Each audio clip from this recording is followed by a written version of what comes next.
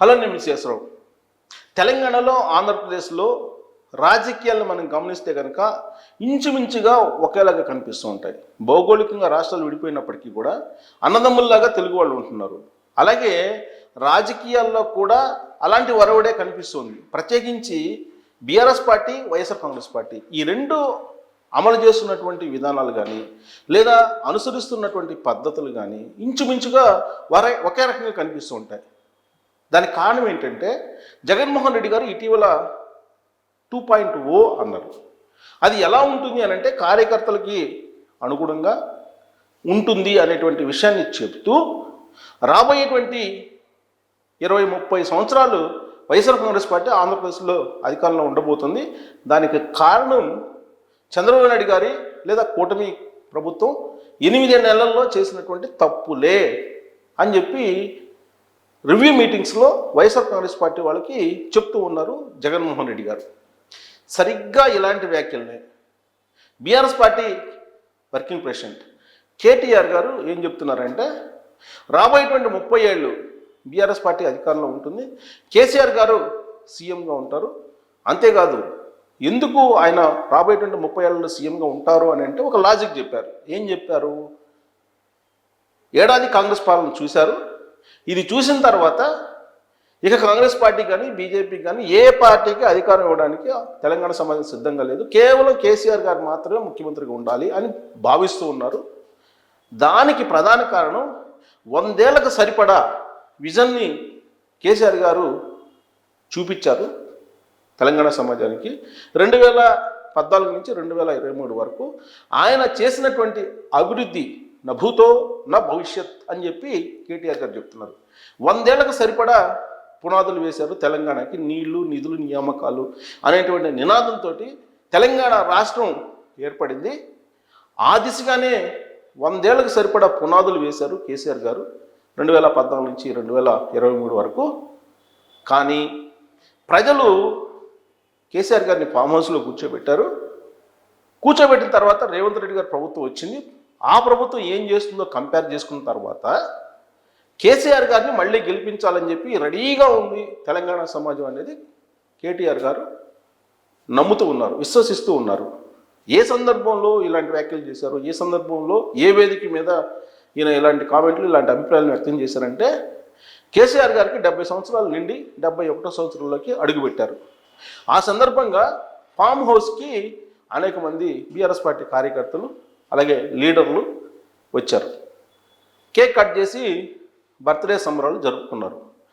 ఆ సందర్భంగా అక్కడికి హాజరైనటువంటి క్యాడరు లీడర్ల గురించి కేటీఆర్ చేసినటువంటి వ్యాఖ్యలు ఇవి. మరి 100 ఏళ్లకు సరిపడా విజన్కి పునాదులు వేశారా కేసీఆర్ గారు అని అంటే ఇప్పుడున్నటువంటి కాంగ్రెస్ ప్రభుత్వం తొలి అసెంబ్లీ సమావేశాల్లోనే శ్వేతపత్రాలు రిలీజ్ చేసింది. ఆ శ్వేతపత్రాల్లో మిగులు బడ్జెట్తో ఏర్పడినటువంటి తెలంగాణ 10 లక్షల కోట్ల అప్పులతో ఉంది. దీనికి కారణం కేసీఆర్ గారే. ప్రస్తుతం వడ్డీలు చెల్లించలేక రకరకాల ఇబ్బందులు పడుతున్నాం అని చెప్పి ముఖ్యమంత్రి హోదాలో రేవంత్ రెడ్డి గారు చెప్తున్నారు. లంకి బిందెలు ఉంటాయి, కేసీఆర్ గారు బ్రహ్మాండంగా పరిపాలించారు అని అనుకుంటే వట్టి కుండలు ఉన్నాయి అని చెప్పి ఆయన చెప్తూ ఉన్నారు. కాళేశ్వరం ప్రాజెక్టు 1,00,000 కోట్లతో కట్టించారు, అది సెల్ఫీలు తీసుకోవడానికి పనికి వస్తుందని చెప్పి రేవంత్ రెడ్డి గారు అసెంబ్లీలో చెప్పినటువంటి మాట. ఇక విద్యుత్తుకు సంబంధించి ఛత్తీస్గఢ్తో చేసుకున్నటువంటి ఒప్పందాల్లో భారీ అవినీతి జరిగింది అనే దాని మీద ఎంక్వైరీ నడుస్తుంది. యాదాద్రి థర్మల్ పవర్ ప్రాజెక్ట్స్ సంబంధించి జరిగినటువంటి అవకతవకలు, అక్రమాల గురించి ప్రస్తావించారు. భద్రాద్రి గురించి మాట్లాడారు, థర్మల్ ప్రాజెక్ట్స్ గురించి. ఫోన్ ట్యాపింగ్కి సంబంధించినటువంటి వ్యవహారం ఏ విధంగా నడిచింది, పేపర్ లీక్లు ఏ విధంగా వచ్చాయి, నీళ్లు నిధులు నియామకం అని చెప్పి అన్నారు. నియామకాలే లేకుండా 10 ఏళ్ళు కేసీఆర్ గారు ముఖ్యమంత్రిగా ఉన్నారనేటువంటి విషయాన్ని కాంగ్రెస్ పార్టీ అసెంబ్లీ లోపల, అసెంబ్లీ బయట పదే చెబుతుంది. గడీల పాలనకు స్వస్తి చెప్పామని చెప్పి అసెంబ్లీ లోపల చెప్తూ ఉన్నారు, అసెంబ్లీ బయట కూడా చెప్పారు. రేవంత్ రెడ్డి గారు ముఖ్యమంత్రి అవగానే గడీలని బ్రేక్ చేశారు బేగంపేటలో సీఎం ఆఫీస్లో అప్పట్లో తొలి రోజుల్లోనే. సో గడీల పాలన నుంచి బందీలు విముక్తులు అయ్యాము అని చెప్పి సంబరాలు చేసుకున్నారు. ఉద్యోగులు కూడా ఆ రోజున మొబైల్ ఫోన్లు మాట్లాడుకున్నారు. అప్పటి వరకు వాట్సాప్ ఫోన్లో మాట్లాడుకోవడానికి కూడా ఇబ్బంది పడ్డారు. కారణం ఫోన్ ట్యాపింగ్. ఎవరు ఫోన్ ట్యాపింగ్ ఉందో, ఎవరు ఫోన్ ట్యాప్ చేస్తున్నారో తెలియనటువంటి సిచ్యువేషన్. సెలబ్రిటీస్, పారిశ్రామికవేత్తలు, పొలిటీషియన్స్, సెంట్రల్కి సంబంధించినటువంటి మినిస్టర్స్, జడ్జిలు, ఇలా ఫోన్ ట్యాపింగ్లు 10 సంవత్సరాల్లో అనేక మంది చేశారు. తాజాగా ఫోరెన్సిక్ సైన్స్ ల్యాబ్ క్లియర్గా చెప్పింది, 18 మంది జడ్జిలకు సంబంధించిన ఫోన్లను ట్యాప్ చేశారు, వాళ్ళ కుటుంబీకుల ఫోన్లను ట్యాప్ చేశారు అని చెప్పి. మరి 100 ఏళ్లకు సరిపడా విజన్ పునాదులు తెలంగాణకి వేశారు కేసీఆర్ గారు అని చెప్పి కేటీఆర్ గారు చెప్తున్నారంటే మరి వీటికి ఏం సమాధానం చెప్తారు అనేది కాంగ్రెస్ పార్టీ ప్రశ్నిస్తూ ఉంది. ఇక కేసీఆర్ గారు ప్రగతి భవన్ నుంచి బయటికి రాకుండా 10 ఏళ్ల పాటు పరిపాలించారు. కరోనాతోటి ప్రజలు పెట్టల్లా రాలిపోతున్నా కానీ ఆయన బయటికి రాలేదు. లాస్ట్కి ప్రజలు తిరగబడి ఆయన్ని నిలదీసేటువంటి పరిస్థితుల్లో బయటకు వచ్చి గాంధీ హాస్పిటల్కి వెళ్ళాడు. ఆ సందర్భంగా ప్రజలు అనేక మంది కేసీఆర్ని టార్గెట్ చేశారు.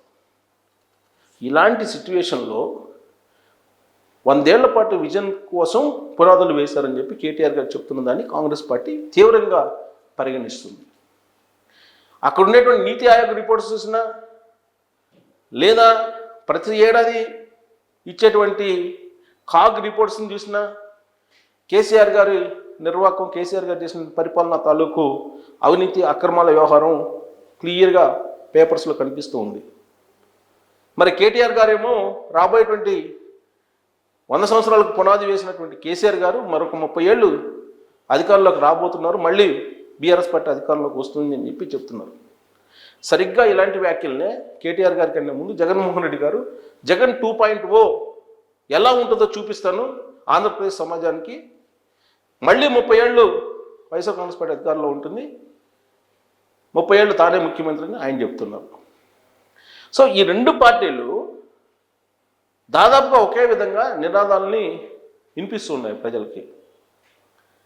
రేవంత్ రెడ్డి గారి మీద ఏం కామెంట్లు చేశారు, అక్కడ జగన్మోహన్ రెడ్డి గారు కూడా చంద్రబాబు గారి మీద అదే కామెంట్లు చేస్తూ ఉంటారు ఇంచుమించుగా. జగన్ 2.0 ఉంటుందని చెప్పి ఆయన చెప్తున్నారు, కేసీఆర్ 3.0 ఉంటుందని కేటీఆర్ గారు చెప్తున్నారు.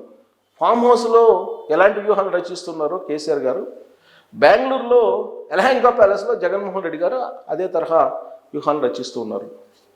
దెబ్బ కొడితే మళ్ళా తిరుగుండకూడదు అనేది కేసీఆర్ గారు చెప్తున్నారు. 7 సముద్రాల అవతలు ఉన్నా కానీ, రిటైర్ అయినా కానీ తీసుకొచ్చి మేము బట్టల ఊడదీసి నిలబెడతాం అని చెప్పి జగన్మోహన్ రెడ్డి గారు చెప్తున్నారు.